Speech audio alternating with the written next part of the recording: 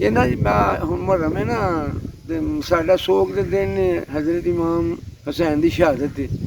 ਹਰ ਬੰਦਾ ਬਲਕਿ ਮੁਸਲਮਾਨ ਕੀ ਹੋਰ ਵੀ ਜਿਹੜੇ ਇਸ ਵਾਕਿਏ ਤੋਂ ਜਿਹੜੇ ਵਾਕਿਫ ਨੇ ਸਾਰੇ ਦੁਖੀ ਨੇ। ਇੰਝ ਨਹੀਂ ਸੀ ਹੋਣਾ ਚਾਹੀਦਾ, ਇੰਝ ਨਹੀਂ ਸੀ ਹੋਣਾ ਚਾਹੀਦਾ। ਜਿਵੇਂ ਅੱਜ ਕੱਲ੍ਹ ਉਹ ਕਰਨ ਡਿਆ ਜੀ, ਸਾਰੇ ਰਲ ਰੁਲ ਕੇ ਆ ਸਾਰੇ ਪਾਕਿਸਤਾਨ ਵਾਲੇ ਇਮਰਾਨ ਖਾਨ ਜਿਵੇਂ ਕਰਨ ਡਿਆ, ਪਛਤਾਉਣਗੇ ਮੁੜ ਮਗਰੋਂ ਜਦੋਂ ਕੋਈ ਹੋ ਗਿਆ, ਕੋਈ ਉਹਨੂੰ ਬੈਨ ਲੱਗ ਗਿਆ, ਮੁੜ ਸਾਰੇ ਮਗਰੋਂ ਜਿਵੇਂ ਅੱਜ 10 ਮੁਹਰਮ ਦੇ ਜਾ ਕੇ ਉਹ 72 ਰਹਿ ਗਏ ਸਨ। ਅੱਜ ਵੀ ਜੇ ਸੱਚੇ ਤਾਂ 72 ਹੀ ਰਹਿ ਜਾਂਦੇ ਨਾ। ਉਹ ਕਿਸੇ ਕੋਈ ਕੀਤੀ ਫਿਰਦਾ ਜੇ ਨਾਲ ਫੋਟੋ ਸ਼ੋਟੋ ਲਾ ਕੇ ਤੇ ਆਪਣਾ ਟੌਰ ਟੱਪਾ ਬਣਾਈ ਫਿਰਦੇ ਨੇ। ਸੋਗ ਦੇ ਦੀਨ ਦੇ ਵਿੱਚ ਵੀ ਆਪਣੀ ਉਹ ਨਮੂਦੋਂ ਮੈਚ ਲੈ ਆਉਂਦੇ ਨੇ।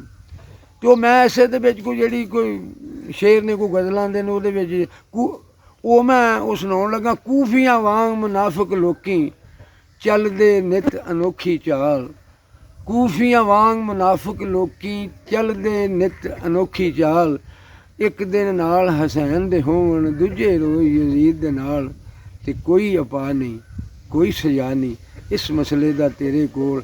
ਛੱਡ ਦੇ ਅਨਵਰ ਮਗਜ਼ ਖਪਾਉਣੇ, ਚੁੱਪ ਕਰਕੇ ਤੂੰ ਵੇਲਾ ਟਾਲ। ਅਤੇ ਮੂੰਹ ਦੇ ਮਿੱਠੇ ਰੰਗ ਦੇ ਚਿੱਟੇ, ਦਿਲ ਦੇ ਅਸਲੋਂ ਕਾਲੇ ਨੇ। ਪਿਆਰ ਦੇ ਨਾਲ ਹਸੈਨ ਦੇ ਕਰਦੇ ਕੰਮ ਯਜ਼ੀਦੀਆਂ ਵਾਲੇ ਨੇ।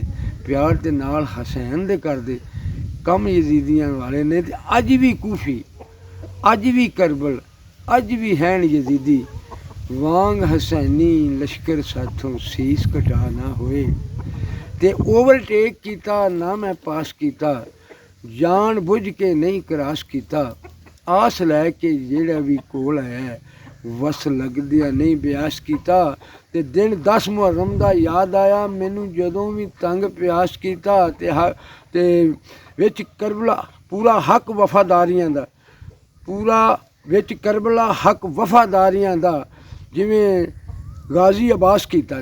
ਦਿਨ 10 ਮੁਹਰਮ ਦਾ ਯਾਦ ਆਇਆ ਮੈਨੂੰ, ਜਦੋਂ ਵੀ ਤੰਗ ਪਿਆਸ ਕੀਤਾ। ਪੂਰਾ ਹੱਕ ਅਦਾ ਵਫਾਦਾਰੀਆਂ ਦਾ, ਵਿੱਚ ਕਰਬਲਾ ਗਾਜ਼ੀ ਅਬਾਸ ਕੀਤਾ।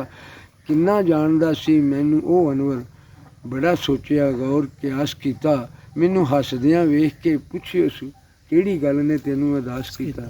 ਮੈਨੂੰ ਹੱਸਦਿਆਂ ਵੇਖ ਕੇ ਪੁੱਛਿਓ ਸੂ, ਕਿਹੜੀ ਗੱਲ ਨੇ ਤੈਨੂੰ ਉਦਾਸ ਕੀਤਾ।